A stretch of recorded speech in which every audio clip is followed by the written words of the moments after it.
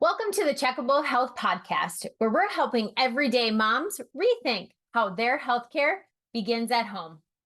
This podcast is for moms of school age children who were born in the 1900s and would buy an at home strep test to check their child's sore throat symptoms from home. Hello, I'm your host, Patty Post, CEO of Checkable Health. I'm a mother to two teenage boys and one tween daughter, and married for 20 years to my husband, Andrew. I really believe that we should be empowered to make healthcare decisions from the comforts of home. I created this podcast to equip you as a mother to make better healthcare decisions for yourself and your family. If you are new to this episode, we interview physicians, clinicians, leaders in a space to talk about health. So you can be in the knowledge and in the know-how of how to recognize signs, symptoms, or get new ideas on how to make your health better.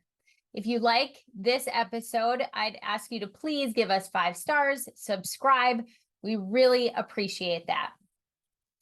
This is episode number 28, and I am interviewing the First Lady of North Dakota, Katharine Burgum. The episode title is Addiction is a Chronic Disease. It's not a personality flaw. Katharine Burgum has made it her platform to talk about addiction and to normalize it. We can't normalize addiction if we just don't start talking about it on a regular basis with ourselves, with our family, within our communities. And in the US, there are 23 million Americans that are in addiction, whether that is alcohol, substance abuse. Addiction often makes us feel shameful. It makes us feel less than because we carry a really heavy burden. Addiction is something that is considered a flaw. And a lot of times we think that because we have labels associated with it. The First Lady of North Dakota is looking to strip those labels away and normalize addiction. She has a platform called Recovery Reinvented. Katharine has been in recovery for over 20 years. In this episode, she shares with us her recovery experience and how it is normalized in her life and how she deals with her recovery on a day-to-day basis, but really how it has changed her life. I share my story of recovery. I gave up alcohol October 25th of 2021. I am celebrating my 1 year without alcohol, and I have to say my life has completely changed for the better. If you are interested in how you can remove alcohol from your life, please don't hesitate to message me on any social platform at Patty Post CEO and direct message me. I will get back to you, and I would love to share with you my story. You can also look at all of my channels. I talk a lot about mocktails and how I incorporate them in my life. Oh, what an inspiration you are in general for all, the checkable and now you've got almost a year, I think, of recovery. Is that right? Yes, Or yes. So they October 25th, I decided to just, I don't know what it was. I mean, I'm a woman of faith, so I feel like just Lord took it away from me and I just really have no desire. And boy, did it change my life. Like I didn't realize that I was using sort of an escape mentality of with wine and just sort of that socializing with alcohol that um changed my personality and made me less productive and less clear-minded. So the last year has been just a game changer for me. I feel so much better. well, that's great. I can relate, I mean, taking that alcohol out of my life. I was wine, except it wasn't just, a wine with happy hour. It was once I had one glass, it was, game on. So Yes. Well, that's was me too, but I felt like I was in control though, but looking back, I really wasn't because when you are, loose-lipped or you're feeling I mean, you're not in control. I mean, as much as we want to rationalize and say that we are, the reality is that if you wouldn't say things when you're sober, then you're not in control, right? The things that you say Yeah. when you're drinking. So I was, but I am, my mother is 20 years in recovery. And then my brother is 23 years in recovery. And so they definitely are inspirations to me. And my dad quit drinking when I was in fourth grade. So he kind of had it like I did, just let go of it. Um, but Hmm. so I come from that and I never identified it as a problem, but it was actually when I saw you at Prairie Capital Summit. It was the 13th of March, 2020, and you were on stage and you shared your story and you shared Recovery Reinvented. And it really hit me. Like, I didn't realize how impacted I was by it until I seen you again. And then when I'm sharing I think back to that of like, oh gosh, like she can do it. What, she's so strong and she's able to live life to its fullest and not looking at a void of a substance as like, oh, my life is so boring now. Yeah. Wow, that's really powerful that, because I'm out there talking and I'm like, yeah, I don't know, anything's really happening or whatever. But when you said, without life being boring, I mean, literally, I did not do anything without alcohol. And it Mhm. is so great. I mean, my life has, like, the world just opens up, Yes. and there's so much more. Like, boring is not even an option, you know? Yes. Right. Because would you ever have done this podcast? Would you have ever, so many Right. things, right? Doors open. Hmm. Mhm. Yeah, it's like it's almost like you take the cap off of your goals. Like, I feel like it was self-limiting, almost beliefs, because I don't know about you, but I feel like I sort of had this hyper anxiety and I didn't know that it was hyper anxiety, but it was Hmm. also something sort of in the back of my head that I would wake up in the morning and be like, gosh, I wish I wouldn't have had that third glass of wine because I have a headache and I don't have as much energy and I need to be there for my employees and my family and my investors. And then I would have this thing sort of hanging all the time. And then it was like maybe a month in that I really saw like that feeling was gone and I was so much lighter. Wow. Yeah. Yep. I totally can relate, because for me, I was definitely drinking because of depression and, Mhm.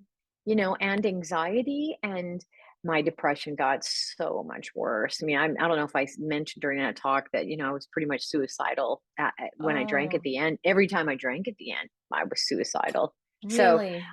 yeah, I mean, I'm just so grateful that, because that's the permanent solution to a temporary problem, Yes. Hmm. that people really struggle with. And I know so many people that, that I knew for a long time in recovery that, relapse and have depression, and then that's where they go. And so I was not really a spiritual person until I found, recovery. And for Hmm. me, that is a huge part of my life now too, because Hmm. I can lay in bed at night or any time of the day and just go, hey, I don't know what to do with this thing. So I'm Yeah. just going to turn it over to you. Yeah. And then I feel so much lighter. And then I Mm. feel such a huge relief. And I didn't really understand that about people who had a lot of faith before. Like, really? Mhm. Like, no, but how do you trust that something else has a better plan or a Mhm. better idea? Like I could, because I needed to control everything, right? Which of course I Yes. couldn't. Yes, Yeah. that's very much a tendency of alcoholism is that control, right? But Hmm. Hmm. what's crazy about is that we want control, but yet we look to alcohol so we can escape, right? Like it just Yeah. is a oxymoron almost, isn't it? Right. Because you lose all control. Yeah. Yeah. Something that when I was researching Recovery Reinvented that really struck me was that you really make it a point to say that recovery addiction is a chronic disease.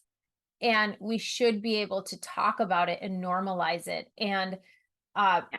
at Checkable, we had something just last month called Mocktails and Moms. And so I do mocktails every Monday, and we had about 40 women come, and we had made 3 different types of mocktails, and it was a fantastic event. And I did a post before that just talking about how I removed alcohol from my life and how it changed me, and that it wasn't, I'm not shameful of it. And it wasn't because I had this horrible incident in my life. It Hmm. was, and from when I posted that on Instagram, I couldn't believe how many women specifically messaged me and said, "Thank you so much for sharing that," because people are scared to say that they're, might have a problem with a substance. And that, I think, I'd love to hear what your reaction is of what society puts on us when it comes to addiction. Yeah. Well, I think that I guess I live in this world where I feel like people, almost everyone I meet is affected in some way by addiction. Mm-hmm. So I feel like there's a lot of empathy, there's a lot of sympathy, there's a lot of curiosity, there's a lot of courage, just because it's just not, just because and even if some people like I'll talk when I speak, I'm like, how many of you raise your hand have been affected? And there's always like a couple that aren't raising their hand. And I was talking to someone about this yesterday, and I was thinking, I'm like, either they are in denial about someone in their life, themselves, whatever, or Mm-hmm. they truly aren't, like I have a woman that I work with who took a year's leave of absence to work on my team from Microsoft, and Mhm. she's one of the only people. But I'm like, she's like, nope, nobody in my family. But then, as Mm. the year went on, like one of her friends, really, I helped her get into treatment, whatever. So Oh, it wasn't in her wow. family, but it was a lot of people. So I think that I believe there's much more. Um, you know, uh, there's much more of an embracing this idea that Mhm, the addiction is a disease, mhm. and not a moral failing or personality flaw. Right. I mean, I feel like there's much more. And in North Dakota, we did a survey, which I think maybe you are aware of, Mhm. because when we started this 6 years ago, after the first few months, people were like, I feel like things are changing. I feel like people really do believe this is a disease. And then I'm a much more of a data person. My husband's a data, and I'm like, Mhm. we need to, we need to do the survey. And so, and it was just so cool to learn that, after few years of doing this, that we have moved the needle. We have 11% reduction of people thinking that addiction is a disease, or, of people, of the stigma in our state around the disease. So Mhm. a lot less people are thinking it's a Mhm. moral, failing or a choice. So Mhm. we're really lucky, but all of that is accomplished really pretty much through storytelling and Yeah. just talking about it. Because Mhm. we're not, we haven't been able to add, double the amount of treatment centers. But the one thing that we are doing, which is really important in our state, is we're doubling down on this concept of peer support specialists, because half of our Mm. state is rural. Like Mhm. 50% of the state, live in very small communities, and we're never going to have the services that we need. And I used to say to people that, every small town has a church and a bar, and that, Yeah. the bar gets a lot of business, and the church could use more business. Mhm. Mhm. And then so many people want to get back in their own communities. So these people, and then they have lived experience. And Mhm. so we have over 700 people in our state now that are certified peer support specialists. It's Oh, a wow. state run program. And through that, through those people telling their story and helping a lot of people, they're just boots on the ground, really making a difference, related to eliminating stigma. So the world I live in is like that. I don't Mhm. really have, like, there's never been anybody who's like, oh, come on, really? It's not because I think people, if they are really struggling or really have pushback or something, it's probably the sun hitting a very personal chord in some Mm. way. Yeah, Yeah. definitely. When you did that survey, What were the questions that you asked people? Well, they, of course, we wanted to know who they were and, how old they were and what their nationality, and all that. And then we asked questions like, um, if a treatment center were opening up on your block, how would you feel about that? Mm, And then mhm, based on their responses, like, no, not in my backyard, or, mhm, it's an important thing to have in a community, so we, and or do you know someone, have you yourself struggled, and so it was really more of identifying the characteristics of how people typically look, do you think it's a disease, do you think it's a mhm, moral failure, just very specific questions like that. But a lot of it was related to, how would you feel about this kind of thing in your neighborhood, or do you think there's enough treat services available in your community. And so, but we also worked with this really great research team for the last one we did, in Delaware, and that's all they do is look at stigma. And so they're, how they created the survey, we kind of, left it up to them. The first mhm. one we were super involved in. We hired a polling team that was really more of like a political polling team that does great, they just do great surveys. That's all they do. So they Right. really understood this, the tool. But the group we worked with a second time, really understands addiction, Mhm. and but they also did a lot of surveys. So we kind of let them, but that's the way that we learned a lot about it. And I think you can do surveys through SurveyMonkey. I mean, there's Yeah. a lot of easy ways to do it, but you kind of just getting a baseline is really the most important thing. Mhm. Are there Yeah. any other first ladies such as yourself that are focused on recovery, like you're a platform like this? Yeah, no, not recovery. There's a lot focused on mental health, Mhm. uh, certainly children welfare, human trafficking. So Mhm.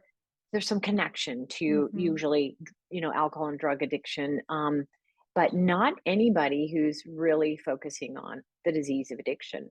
Interesting. So, So mhm. recovery reinvented was you this was your idea and you burst recovery reinvented. Will you tell us about this platform and how it's progressed and where you are with it today?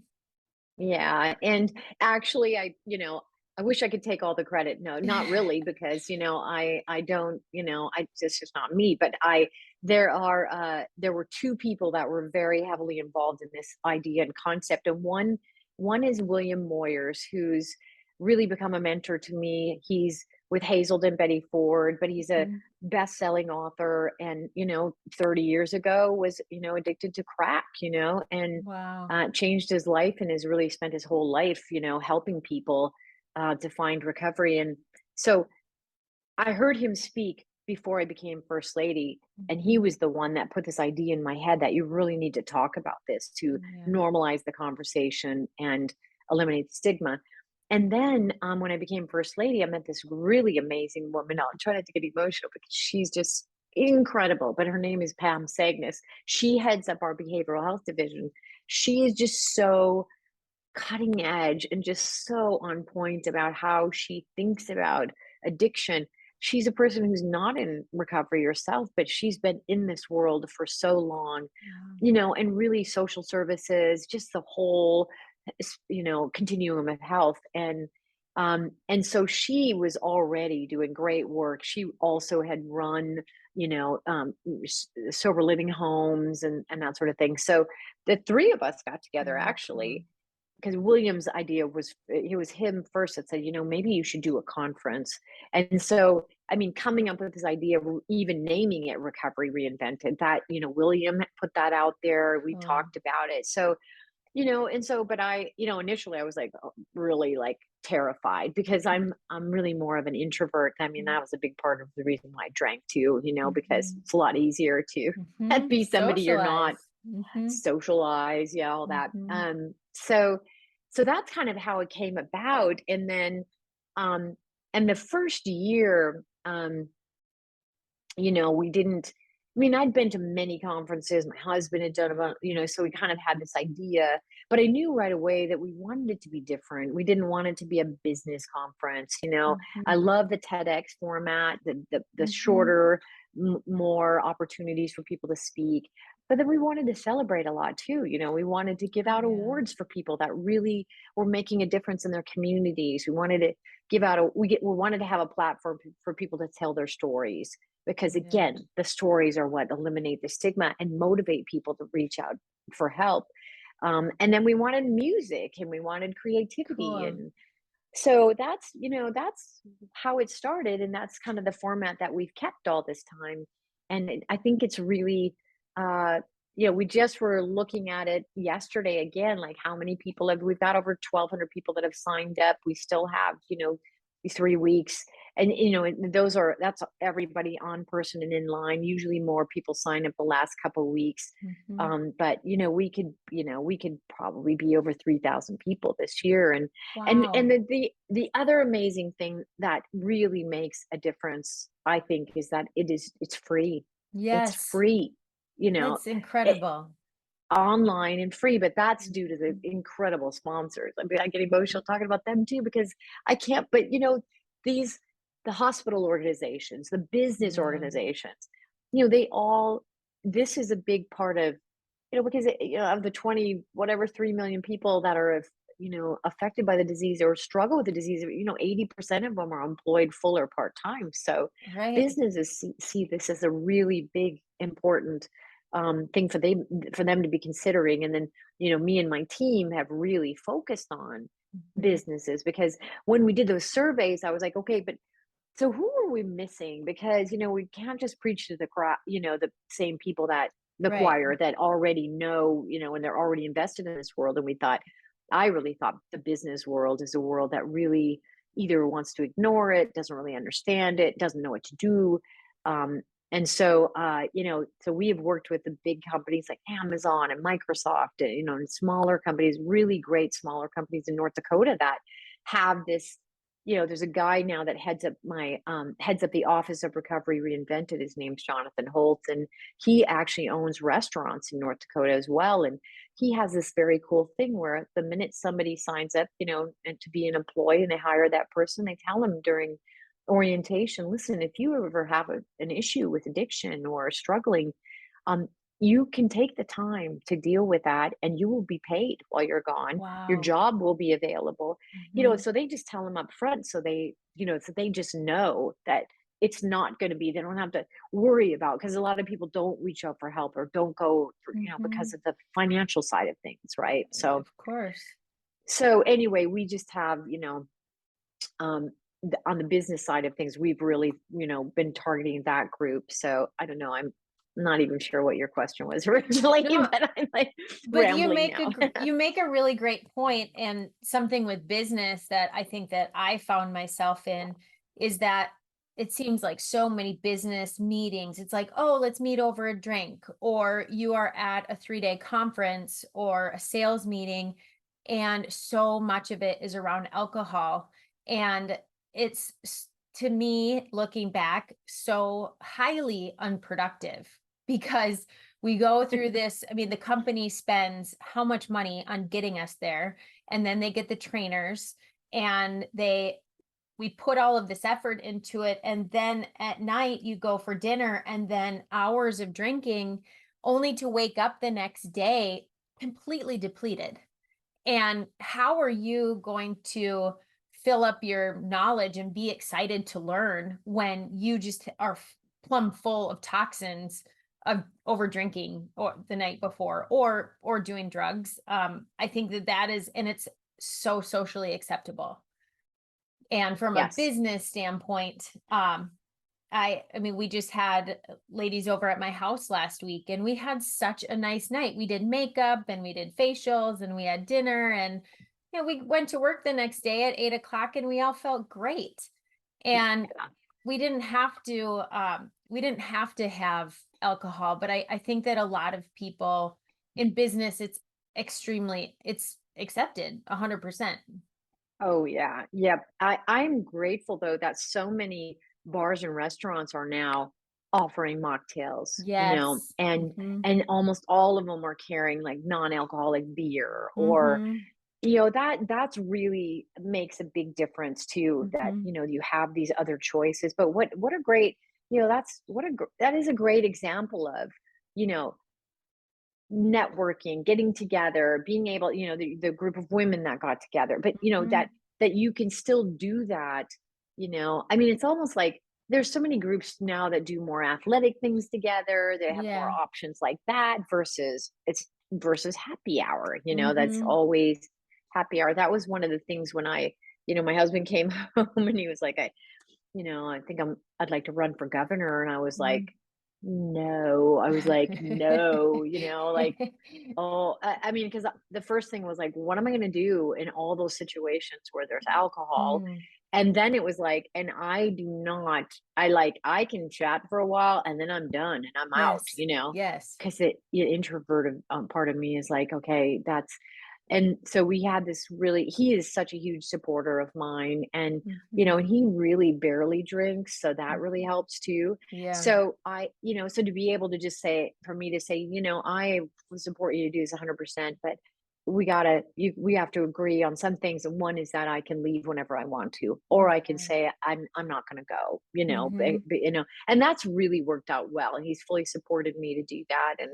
Um, and so that, and then, it's like, you know, being able to actually have conversations, like, one of the one of the highlights of being first lady, which was so unexpected to me, is that, because I'm an introvert, I don't always like to talk to people. I've met so many incredible people, especially in Mhm. North Dakota. Like Yeah. last night, I went to this event in a really small town. It was a funeral for a prayer service for a really Mhm. amazing woman in this community, and there was a little boy there named Keegan. He was 10 Mhm. years old. And he was going on and on about just a remarkable kid. Like, Mhm. he's a business guy. He was telling me he's in cross country. He's, sold a rabbit for $500. He bought this, he's like, the amount of things he's done in this tiny little community, and his parents were amazing. And I would never have the opportunity to meet people like that. And then, of course, Yeah. it's all the people I get to meet with and talk about related to recovery. Mhm. So that's been a real unexpected gift, Mhm. through this process where I wouldn't normally be putting myself out there to do those Completely. things. And it's a Yeah. very stressful role that you have, actually. I think that people don't understand that when you are married to someone that is in a powerful position and very highly respected, that as a couple you do go out together, and there's a lot of pressure on you too. And we don't if you're not that personality type, uh that's where it can be, you're very vulnerable. So I commend you for knowing your limitations and your boundaries, Mm. and then seeing the beauty and, like Keegan, like seeing that Yeah. as an opportunity. Yeah. Just a remarkable kid. It's like, yeah, I kind of want to track him and follow him in his life, because I feel like he's gonna be something. He could probably be president someday. Like, he was amazing. I love it. I love it. Yeah. So I actually signed up for Recovery Reinvented with my mom. Yay! And Yay! then we're going to see if my brother and my niece and my sister-in-law and if my dad wants to come. So I just know my mom and I Oh, are for sure going. And so I'd love for you to tell us about the day, and sure. how have you curated this event? Who's going to be there? Mm. Well, I'm so excited. That's just going to be so great that you all are, or you're going to have a big group of people and that you're interested in watching. And so this year, we have, like every year, really amazing speakers. One of the things we wanted to do is we wanted to always kind of in some way focus on brain science, and that this is a brain Mm. disease. Mhm. We wanted to bring the science component into it, or for sure, the experts. Like this year we have this amazing guy named Bruce Perry, Dr. Bruce Perry, who's actually originally from North Dakota, Bismarck, North Dakota. Oh, And cool. he's an expert on trauma, Mhm. and a lot related to kids. And his last book, he wrote with Oprah, and it's a Okay. super successful book.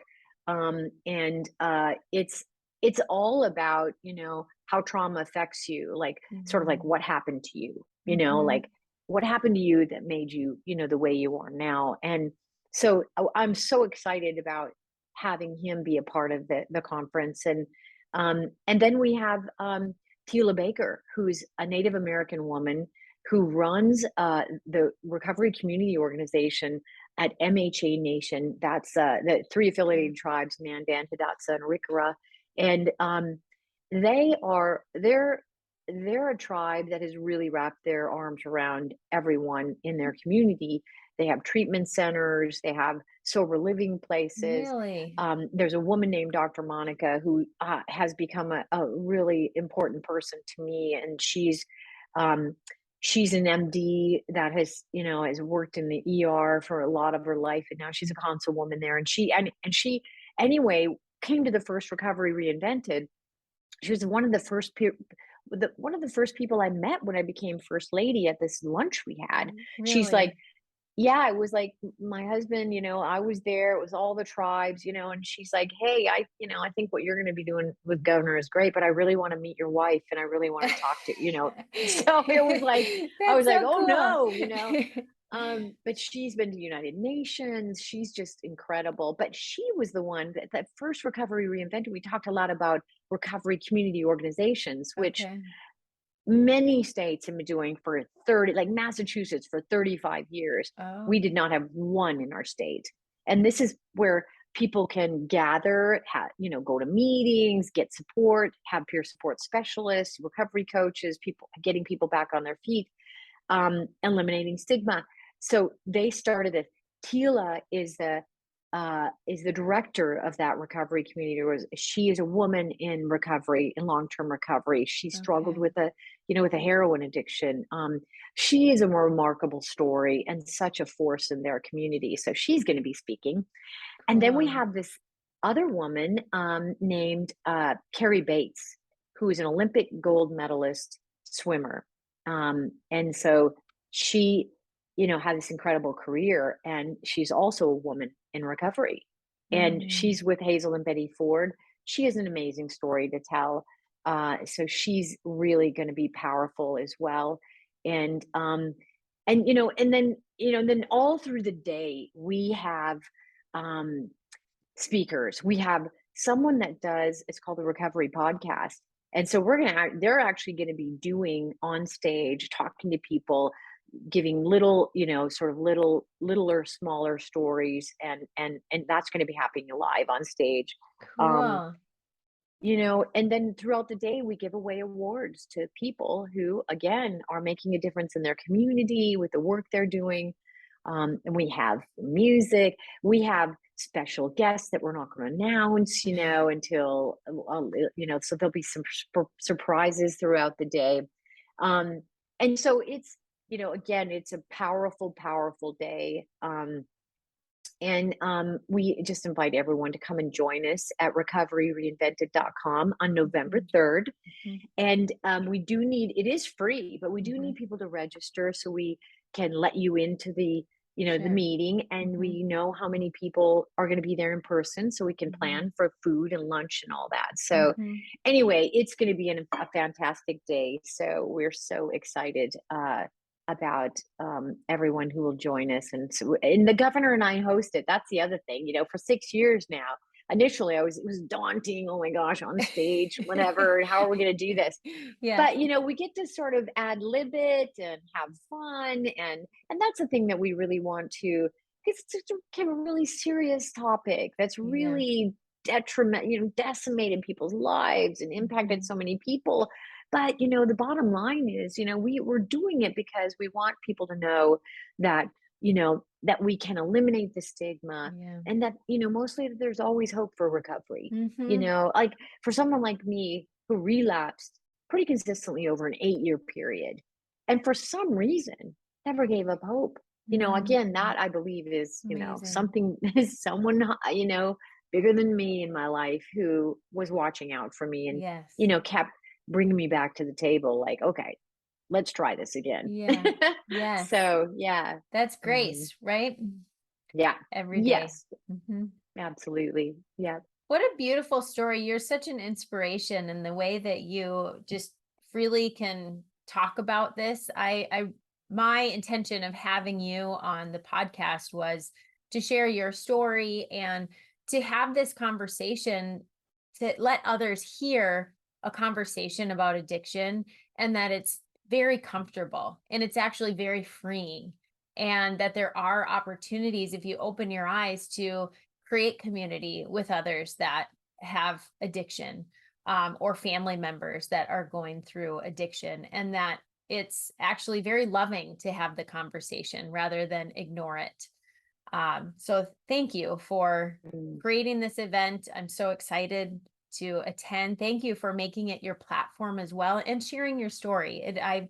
Even if there's just one person that listens to this and is like, gosh, maybe I should change my life and try it.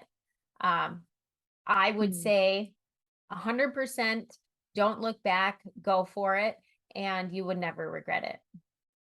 Yeah, yep, I completely agree with you. And that is one that you hit the nail on the head. And one thing, is like so many people are like, I know this, I don't know what to do to try to help this Mhm. person. I don't know, whatever. And really it's like just no judgment. Hey, I'm here for you. I'm Yes. worried. I'm kind of Mhm. worried about you and I care Mhm. about you. Right. Because I think there were a lot of people in my life that were like, of course they were like, why can't you stop her? Why is this happening? Blah, blah, blah, blah. But if Mhm. somebody would have just, if I would have heard somebody or somebody, of course I wasn't around anybody in recovery because I never Mhm. wanted to admit, you know, Right. but that's one of the ways, especially people like in a work situation, like Mhm. what do I do? I'm managing this person who clearly has, issues, Mhm. is struggling. So it's really about just caring about someone and not judging them, and they're going to be on their own timetable. But anyway, but if Yes. that's maybe that will, because we do encourage people that are in a work situation to, or in a work environment, like let your employees listen to this during the Mhm. day, tune in, Mhm. make it a priority as part of your wellness initiative to have people Mhm. be able to join Recovery Reinvented for the day. So, Mhm. yeah. Anyway, Well, well, that's true, thank you. actually. As I was thinking about, as you were talking about the agenda for the day, I'm like, well, why couldn't we all drive up? I'll invite everyone at Checkable and we can, and if you want to go, great. And if you don't want to go, that's fine too. But open it up to everyone to take the day. I think it's definitely well worth, I mean, we're an hour away from Grand Forks. It's definitely worth the day, and let's make it a trip. Yeah, for sure. That would be great because I have been encouraging other people too, and sometimes I just say to people, just turn it on in the background while you're working from home or Hmm. whatever. And, and so anyway, I just think, that's just so great of you to even consider that. And again, thank you for, all you do and for your, this podcast, which is just so inspiring. And I'm just so grateful to be a part of it. Thank you so much. Well, I am so grateful. First Lady Catherine Burgum of North Dakota, thank you so much. It is an absolute honor to know you. And I feel like we could go have a mocktail this afternoon and talk for hours more. So, just kindred spirits here. So, thank you for being an Yeah. inspiration and sharing your story. Thank you, and I feel the same. So I feel like we'll be more connected in the future. At least I hope so. So thank you. That sounds good. We'll see you on the 3rd. All right. Thank you. Take Okay. care. You too. Have a great day. Thank you. Bye bye. Bye-bye. Have you been putting your health on the wayside? Have you been telling yourself you need to prioritize yourself and function at a higher level? What if I told you that you can help prioritize your health and that you are worth it? Just by tuning into this podcast, you are doing that. And you are worth the time that it takes to have better health for yourself. And out of focusing it on yourself, it is better for your family. Thank you so much for choosing to listen to the Checkable Health Podcast. This podcast was brought to you by the Checkable Health production team. A huge thanks to them, as well as Grow the Show, who edits all of our podcasts. If you would please follow us on all of our social channels at Checkable Health. We are on TikTok, we are on Twitter, Instagram, Facebook. And on Facebook, we have a fantastic group called Hero Moms. We can continue the conversation of this podcast on Hero Moms. And we also do things like recipe swaps, talk about how technology is affecting our kids and our role as moms and how we can help one another with different strategies to help with just everyday parenting. I'm really happy about this episode with the First Lady of North Dakota. I reached out to her in the spring of 2022, and unfortunately, she was very booked up. And I just heard about Recovery Reinvented, and it actually came through an email saying that they would love to have her on the podcast the same day. So I think the stars really aligned there. Her story is inspirational to me. She is so well networked, and I just hope that you were able to hear about the benefits of normalizing addiction, normalizing that word, and that there is not a stigma around it. It doesn't make you a bad person. It doesn't make anyone that you are around a bad person either. It is a chronic disease. And if we start treating it like a chronic disease, I think, and Catherine believes, that we can lower that number of 23 million Americans. Let's decrease that number. Let's start talking about it with our loved ones and within our community and support one another. So with that, I empower you to make healthcare decisions from home through knowledge, through education, and take care of your families and thrive.